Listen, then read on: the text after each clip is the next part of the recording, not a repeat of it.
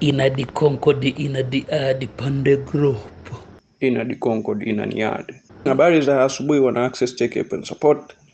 Mimi natumaini wote mu wazima kiafya na kwenye kila kitu. Yes. Jana tulizungumza mengi sana kuhusu teknolojia hizi, lakini nilikuwa nimegusia tu kitu kimoja kwamba monopoly of technology by the western biggest companies na vitu vinginevyo kama hivi, lakini sikwenda deeper sana na kuelezea hii kitu iko vipi na inatuathiri vipi sisi nchi zinazoendelea.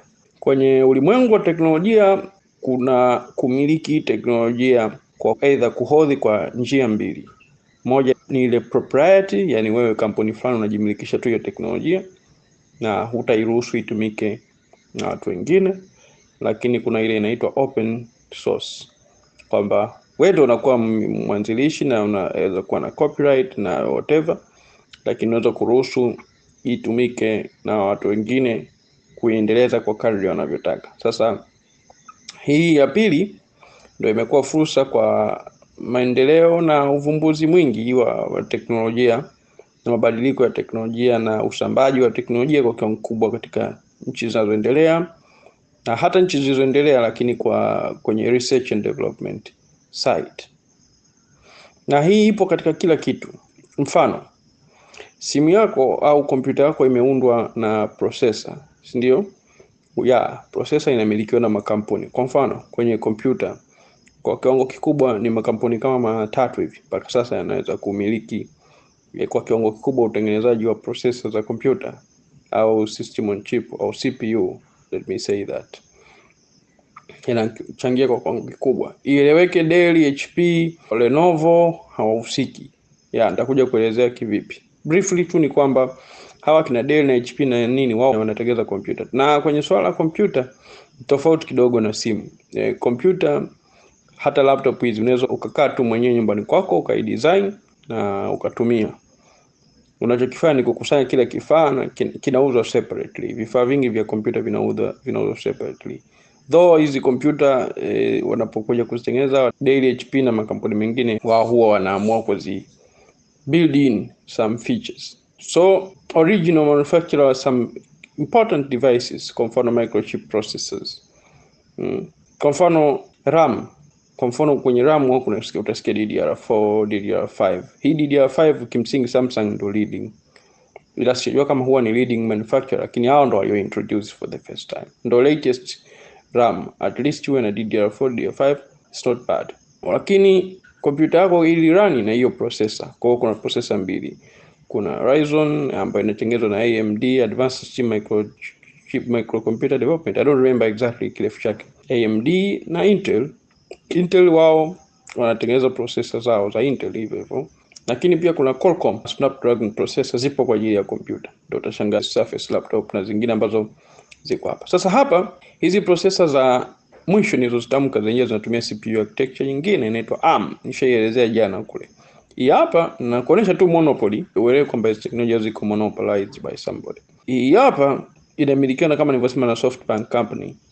Lakini hii x86 ndio inatumika na AMD na Intel kwa kiwango kikubwa. Hii inamilikiwa na Intel. Na processor nazo ni the same kama nilivyosema. Lakini ukija kwenye manufacturing ya displays kwa mfano, kwenye simu turudi kwa mfano, utakuta kuna yale makampuni makubwa yale na vitu vingine kama hivyo. Sasa hapa ndio walikuja wanetu wa Marekani kupambana na wa China. Unajua China walikuja kuwa leading manufacturer na mpaka sasa actually. Kwa mfano ukizungumzia electric cars, makampuni kama BAD, sio BAD ya kwenye Google BAD, hapana. Yanakimbiza vibaya mno mpaka sasa na bei za gari zao ni zimekuwa cheap. Kwa mfano kuna gari moja niliona hapa kati wamelizindua linaweza kwenda kilomita buku bila kuchajiwa. Buku kama na 200 hivi. Sasa ni imagine unatoka na chuma kutoka Dar mpaka Mwanza bila kuichaji. Kitu inakunguta mwendo unafanya mambo yako yote. Just imagine. Tesla hawajafika huko. Nafikiri Tesla kwenye kilomita 600 nafikiri wameenda. Around that. Sasa hawa jamaa ndo Amerika wakatumia kitu kimoja Professor Jeffrey Sachs anaita economic gangsterism. Alikuwa anajua Bloomberg hapa katikati hapa. Kwamba hii sasa kujaribu kudhibiti hao watu inabidi tuweke vikwazo, sio mambo ya security na nini. Wakaanza na kampuni ya Huawei kwa sababu Huawei walikuwa na 5G technology. Actually 5G technology wao ndo walikuwa na upper hand, na makampuni mengine ya Kimarekani kama Motorola, makampuni ya Ulaya kama Ericsson na Nokia. So wao bwana walikuwa na mikataba na serikali kama za Uingereza na Finland, Ujerumani kama sikusema. Sawa, si washirika wa Marekani. Kwa Marekani baadaye wakawashawishi, mikataba ikafa. Kwa Huawei nao wakapigwa pin na serikali ya Trump na nini, ndio ukashangaa simu za Huawei zile zenye advanced technologies zikatulia. Huawei wakaingia chimbo, wakarudi na processor waliotengeneza kule SMIC. Ndio jana nikawa nawaelezea yale mambo kwamba wao hawana advanced equipment kwa ajili ya kutengeneza latest processor kwa ajili ya kusupport 5G. Hawana zile most advanced ambazo zinaitwa EUV, extreme ultraviolet light kwa ajili ya kufanya process ya lithography. Umeona? Ili kutengeneza processor unatakiwa utumie mfumo wa lithography. Huu mfumo bwana uligunduliwa miaka ya 60 huko na makampuni ya Kimarekani. Actually waliiga kutoka kwenye makampuni yanayotengeneza kamera. Sidi kwa ni Olympia au nani sikumbuki exactly, 1970s huko. Na kwamba processor zetu zote zinatumia silicon, ni silicon based processor. Kwa silicon inadaiwa kuwa ni semiconductor, yani inaweza kuwa na positive and negative conduction ya electric. Na hii inaweza ku switch off na on some process katika computation. Actually kama mtakuwa hamfahamu, computation work ina hiyo procedure kwamba something kinakuwa switch off na on ili kuzitwist here and there, alafu inafanya function fulani. Sasa zamani ilikuwa inafanyika kwa mikono nafikiri. Yes, miaka ya nyuma huko. Sasa baadaye waka change, na ilitokana kwamba circuit hizi hazikuwa integrated. Sasa ndo wakaja kuleta hiyo integrated circuit kwa kutumia transistors ambazo zinakuwa combined by copper wires na vitu kama hivyo. Sasa ASML ndo manufacturer wa ile device niliyowaambia jana, nielezea kule nyuma. Sasa hawa ndo wanatengeneza hizi EUVs ambazo 2019 up zilianza kutumika kufanya manufacturing ya processors za kwenye computer na simu. Actually wao walifanya production na 40% ya EUV machines a couple of years back zilinunuliwa na Taiwanese semiconductor manufacturing company ambayo iko chini ya Morris Chan. Morris Chan bwana, kama nilivyoelezea, wadau alianzisha production ya semiconductors 1987. Sasa hivi ana miaka karibu 97 nafikiri. Huyu jamaa naye origin yake ni kule Texas Instrument. Yani huko Texas Instrument ndo akina William Shockley baada ya kwenda na Bell Lab wako sawa, wengi walikuja kuanzisha hii kampuni ambayo later on ilikuja kuwa supply chips zilizokuja kutumika sana na watu wa NASA. Baadaye baadhi ya watu, kuna jamaa jina yake nalikumbuka kama Moore's tu, jina moja, alikuja kufound kampuni ya Intel. Moore's bwana ana kitu chake inaitwa Moore's law. Wewe ukienda huko mtandaoni utaibu. Hii ndio ina determine the shrinking of processing power, shrinking of transistors in a processor. Alisema kwamba after 2 or 3 years since 1965, kuna journal moja inaitwa Journal of Electric ni nini huko shali sawa, alipublish paper yake. Ngoja nitaenda kutafuta jina yake nje nimkumbuke bwana. Kwa watu walianzia huko kwa 1979 alikuja na processor, Intel alikuja na processor ya kwanza, wakaenda hivyo, lakini kukaja kuibuka na makampuni mengine kama haya. Lakini elewa kwamba humu makampuni mengine yalikuwa yanatengeneza processor na yanamiliki foundries. So foundries ndo hizo machine kwa ajili ya kufanya production ya hizi processor. Yani kama nilivyoeleza jana, ni dude kubwa actually. Room ambayo inatengeneza hii processor inakuwa na ukubwa wa kama viwanja viwili vya soka. Kama ule uwanja wa Benjamin, sio uwanja, field ile ya kuchezea pale. Inakuwa kama viwili viunganishwa kwa pamoja. It's the biggest place. Na kwa asilimia kubwa ni machines na wanadamu wachache. In fact kama nilivyosema, ili kufanya production haitaki kuingia hata chembe moja ya vumbi kule ndani kwa sababu ya hizi nanoscale production activities. Sasa hapa ndugu zangu narudi kule. Sasa ndugu zangu wao wakawa wamepigwa pini, kwa hawawezi kupata hizi EUV machines hata wale watu wa SMIC, sababu hii SMIC nimeshakwambia inashirikiana na Marekani. Wakawa wamebaki na zile mashine za DUV, deep ultraviolet light lithography system. Kwa wakawa ndo wamebaki hizi. Sasa wajomba wakaingia chimbo, wakajua namna ya kuisqueeze ikaweza kufanya production ya 7 nanometer scale, na wakaweza kufix hizo chip. Hatimaye wakaja na processor moja makini last year, ikawa packed in kwenye some of their laptops, na some of their smartphones. Ndo ukasikia mayowe yanapigwa na Marekani, haiwezekani hao jamaa watakuwa walibaki na processor na nini. Kwa bado dunia inashangaa jamaa wameweza vipi kutoboa. Kwa let us see this year actually, kwa sababu pia kuna mkataba ambao Intel walisign na Huawei. Kwa kuna some laptops za Huawei zitakuwa supplied na Intel processor. So mwaka huu nafikiri unaisha na license yao haijawa renewed. So if China akiweza kushinda hii vita ya chip production, basi ujue kwamba Marekani mgogoro utakuwa mkubwa, kwa sababu latest chip production ndio inafanya kwenye vitu vingi, ikiwapo GPU, graphic processing units. Hapa kuna mwamba wa kuitwa Nvidia. Huyu 1994 alisupply hizi GPUs kwenye makampuni ya kutengeneza hizi zinaitwa game consoles, kwa mfano miamba kama PlayStation na wengineo huko. Sasa baadaye hizi zilikuja kupata kazi ambayo ndio ilikuja kumpa Nvidia umaarufu. Hii sifananishwe na Nvidia yaise. Nvidia ni kampuni nyingine. Kuja kumpa umaarufu huyu mwamba wa kuitwa Nvidia. Sasa huyu mwamba yeye ndo akaja kutumia hizi sasa kwenye kutengeneza AI na hizi generative AI. Yote haya madudu unayosikia duniani, si ChatGPT, Gemini na kina nani. Kama niliwahi kuhadithia huko nyuma kwamba OpenAI walikodisha, kwa sababu Google yashakuwa ameshaanza kuyanunua ya makitu kitambo, kwa sababu alijua potential yake.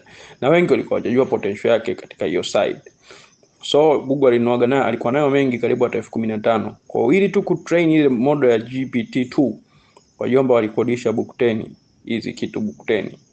Moja inauzwa $200,000 karibu milioni 500 ya bongo. Zikiwa book 10 ni karibu bilioni 500 ya kibongo. Sawa. Kununua hizo. So you can imagine how expensive it is. Sasa napo wakaja wajomba wakawa na dominance. Makampuni kama Microsoft nani wote, Amazon, kila mtu yuko anakimbizana kwenye hii kitu. Sasa lakini sasa hapa mwamba wa AI ni huyu mkali wa kuitwa Nvidia. Kwa hiyo you can imagine here kuna another monopoly. Kwa each and everything there is a monopoly company. Kwa hiyo umeona, kuna GPUs nyingi zinazotumika kwenye processor kama Snapdragon 8 Gen 2, 1, 3 na hata hizo processor za Exynos za Samsung. Hapa kuna mwamba wa kuitwa Nvidia ndio anasupply hizo GPU, neural network processing unit, NPUs na mengine yote. Kuna miamba hapa wanapiga hizi kazi. Sasa Samsung yeye anaweza kusurvive kwa sababu pia ni innovator, kwa sababu kwenye smartphone amefanya innovation ya vitu vingi tu. Mfano ni Samsung actually was the first smartphone baada ya kuproduce ARM8 yani 64-bit version ya CPU architecture yao mwaka 2015. S5 ndio ikawa simu ya kwanza kutumia 64-bit kwenye simu, na ikawa simu ya kwanza kuja na LED displays. Hii kitu wanetu wa iPhone walikuja kuifanya later. Ileweke iPhone hawakimbii huku kwa sababu wale so real innovator, wao wananunua tu kutoka different companies. Ndio maana mpaka leo hawajaje na foldable smartphone, kwa sababu nao wanategemea huku. Na ndio maana wao wakali wa iPhone wanapin some other companies kutumia platform zao independently. Na hii ilikuwa ni case Department of Justice soon walifile complaint huko Washington mahakamani. Kwa sasa hajajua hii case itafika wapi, lakini tulikuwa tunasikilizia.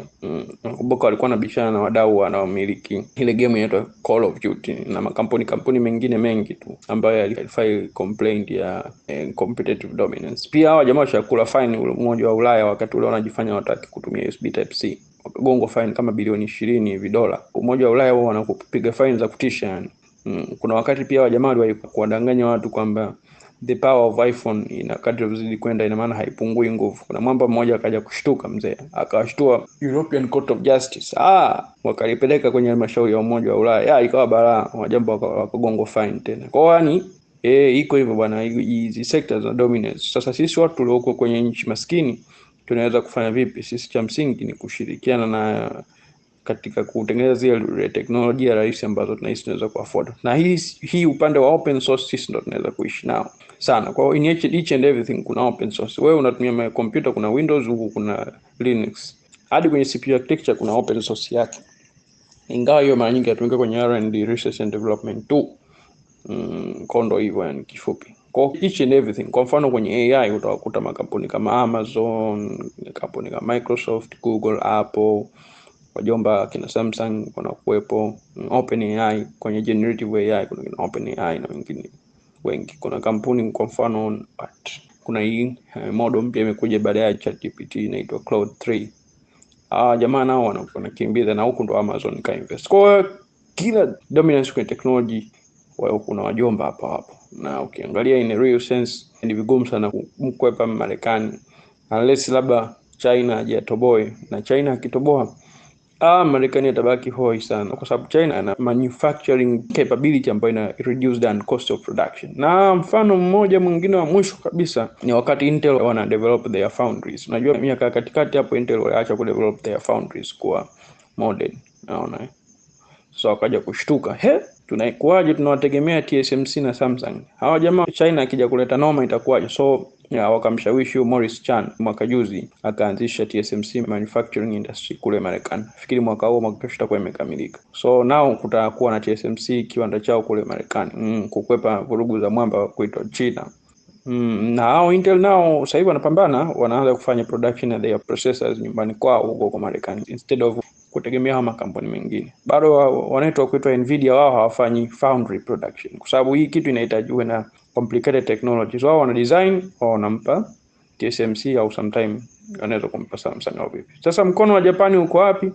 Japani wao wako kwenye hizi kit zinazotumika kwenye kutengeneza semiconductors na vitu kama hivyo. Hao jamaa ndo wanaka mkono kao huko. Ndio utakuja kukumbuka kuna siku waliwahi kutaka kumwekea Korea Kusini sanctions. Ikabidi baba wao waingilie kati Marekani na nini kujaribu kwa control. Hao nao jamaa walikuja kuzimwa na vikwazo vya Marekani mwishoni mwa miaka ya 1990 huko. Kwa hiyo jamaa wakabidi wao ufyate. Sababu tunajua tena Japan after the second world war jamaa kama ni kondoo wa Marekani. Lakini imagine ingekuwa free huyu mwamba wa kutoka Japan angekuwa ameshakimbiza vibaya mno hapa duniani. Probably angekuwa na strength more than even the European nations kwenye global monopoly ya technologies. Kama unafujua ni why days ya huko nyuma kwamba wa Japan nao walikuwa strong. Unajua karibu unaweza kutaja kwenye industry gani Japan hana mkono wake? Hakuna. Kondo hivyo. Sasa katika hiyo Moore's law niliyoelezea kule nyuma inaelekea kufikia kikomo, kwa sababu sasa hivi ameshafikia kwenye 3 nanometers. Na atom moja ya silicon actually ni mchanga tu unaopatikana kwenye mawe au miamba au mchanga. Ikifika kwenye 2 nanometers hapo ndio mwisho, huwezi kusplit more than that. Kwa hiyo kutokana na hiyo hali sasa itabidi itafutwe another material. IBM nafikia wanafanya trials, lakini bado hatujaweza kuanza kufanya manufacturing ya 2 nanometers. Nafikiri kuanzia 2028 huko. Lakini for now competition itabase hapa kwenye 3 nanometer production au lithography. Machines zitakazotumika ni hizi EUVs. Kwa ASML ndo wajanja ambao wanadominate hapa. Kwa bado wajomba wana compete hapa. Actually Samsung kama kawaida nilivyosema, hao jamaa bado wanaongoza katika development ya technology kwenye hizi smartphone na electronic devices tu kibao.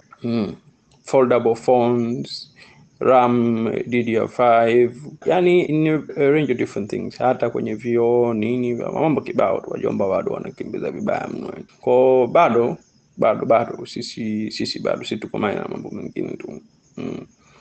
Zitakuja kufika huko, lakini in fact ili tufike huko natakiwa tuinvest sana kwenye nano technology, kwa sababu ndio inaweza kusaidia kwa vitu vingi kama vile vya serikali. Sio mara tunafanya operation kwa tundu dogo. Nafikiri nini zatumika ni hizi bot zenye kuwa supported na nano technology. Actually the strength is in there. Ina di Concord ina niad. Elias usiwamalize iPhone, wabakize kidogo. Aise. Pigwa mafaini ya kutosha. Lakini vifaa vyao vya kununua tu. Na ni kweli bwana, nasikia hata nini, yani hizi screen wanazoweka kwenye iPhone hivi vioo wananunua kutoka Samsung bwana.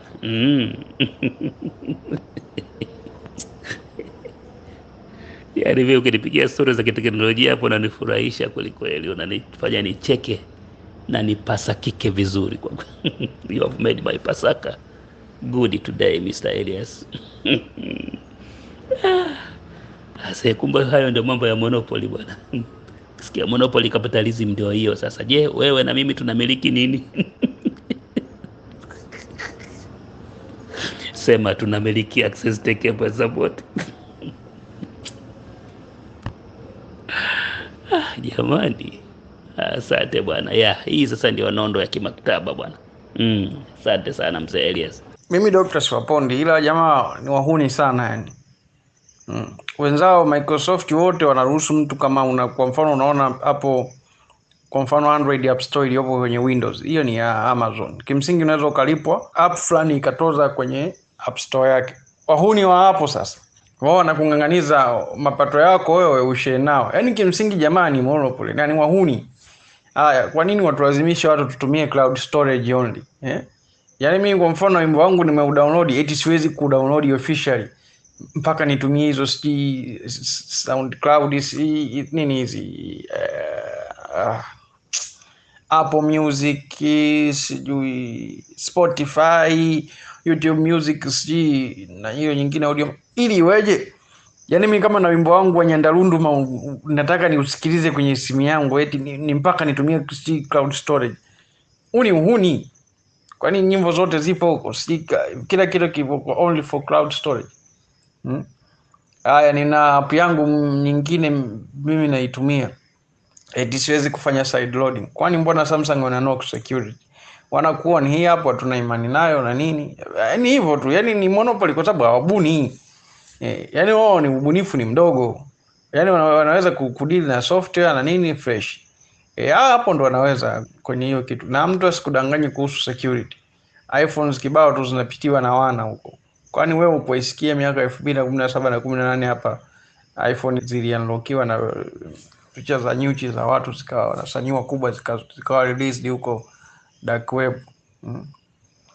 Nikasema hivyo. Kimsingi ndio hivyo. Yaani ni sawa na ile wewe una mwanamke wako fulani unajua mzuri, afu mwenyewe uchumi wako wa mchongo, yani kwa hivyo unaanza yani.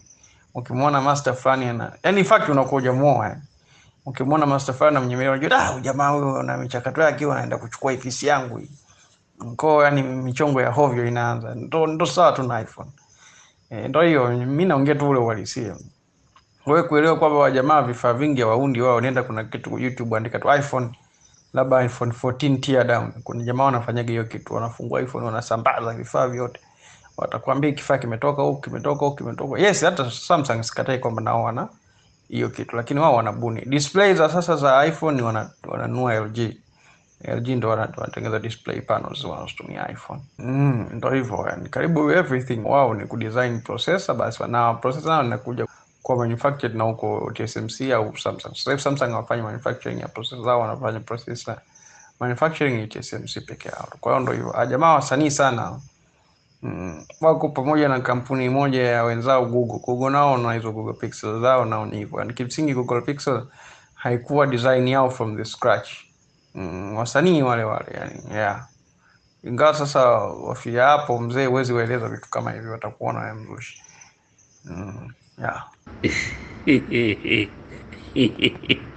Sawa mzee Elias, tumekusikia mzee, tumekusikia, usikasirike. Habari za saa hizi wana Access Tech Help and Support. Nafikiri wengi wenu mnakamilisha usingizi. Mimi tangu nimekula daku kwenye muda wa saa 9 ile ndio nipo stuka. Basi niko macho mpaka muda huu na nilikuwa nazipitia hapa voice note zenu wadau za tangu jana, nyingine mpya za leo. Nashukuru. Lakini nimuunge mkono kijana Msimbira. Ni kweli ni uhuni wa Marekani, vitu vya wenzao vyote wanasema havina security sijui nini na nini, vitu vingi kwa ujumla. Na ikumbuke wao wenyewe ndio wanaongoza kwa kusababisha vitu ambavyo havina usalama. Hebu tukumbushane ile kesi ya zile Samsung namba ngapi zile zilikuwa zinaonekana betri zake zilikuwa na matatizo kwa kawaida kulipuka, hasa zinapoingia kwenye ndege. Zile simu za watu zilikuwa zinakusanywa zinawekwa kwenye chumba maalum, kwa hiyo zikipata moto huko ilipukage huko, unaona. Baadaye wenyewe watu wa Samsung wakaomba kwamba zile simu zikusanywe zirudishwe zikafanyiwe marekebisho. Hilo la kwanza. Lakini kuna Samsung zingine zilitoka screen zake ukisha ingia kwenye mtandao au si kabla ya kuingia kwenye mtandao, lakini ilikuwa na tatizo la zilikuwa kama zinatetemeka. Zilikuwa kama zinatetemeka hivi. Alafu baadaye zinazima. Miaka hii ya karibuni tu hapa, kama sio 2020 basi kwa 19 20 kitu kama hicho, kama sio 21 kulikuwa na hizo zilitoka hizo Samsung hizo, unaona hiyo.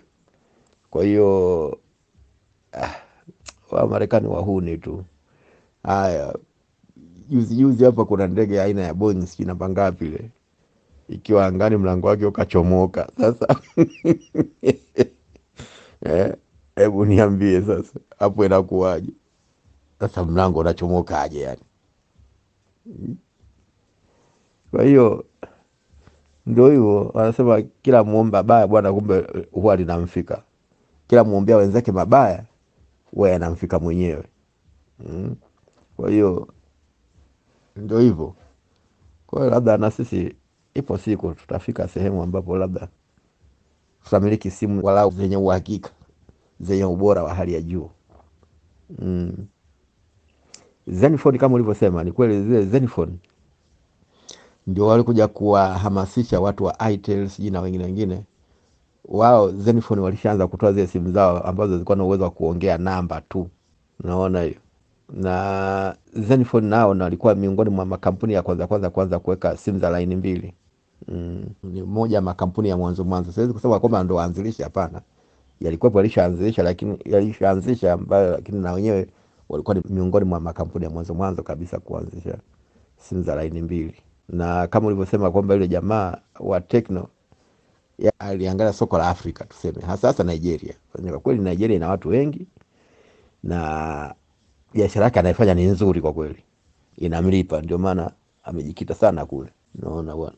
Nakumbuka sisi kipindi kile kulikuwa na Tecno T20. Ndio simu ya kwanza kabisa kuingia kwenye mtandao na kwenye interneti, yani kudownload vitu, masomo, yani baadhi ya lugha, maneno magumu ya Kiswahili sijui ya Kiingereza. Yani hapo watu walikuwa wanajidai nayo. Kulikuwa na Tecno 381. Yani hiyo ndio ilikuwa ina quality kweli kweli sasa. Tecno T381, kulikuwa na Tecno T20. Hizo nazikumbuka sana hizo. Ambazo kwa mfano hizi Tecno T20 ilikuwa ya nusu duara hivi ilika mkao wake. Ilikuwa inafanana simu gani ambayo ilikuwa inamiliki Barack Obama. Kuna simu moja bwana inaitwa nini ile simu maskini? Ngoja nitakapokuja kuikumbuka nitawaambia jina lake. Alikuwa anamiliki Obama hiyo. Kwa hiyo na wenyewe watu wa Tecno wakaunda simu kama hiyo. Kwa hiyo ikapata umaarufu kweli kweli zile simu. Basi mimi ya kwangu nami yalikuwa ni hayo tu. Basi niwatakie alfajiri njema, muendelee kukamilisha usingizi jamani. Tuko pamoja. Mr. Elias, nilikumisi sana kwa kweli. Asante kwa nondo zako. Wengine vitu vingine tulikuwa hatuvijui sana. Lakini suala la hapo kuwa tunajua kasa ingine wanatufanya uzushi, tunalijua, la hatukasiriki. Especially tukiona mambo mengi, process kibao.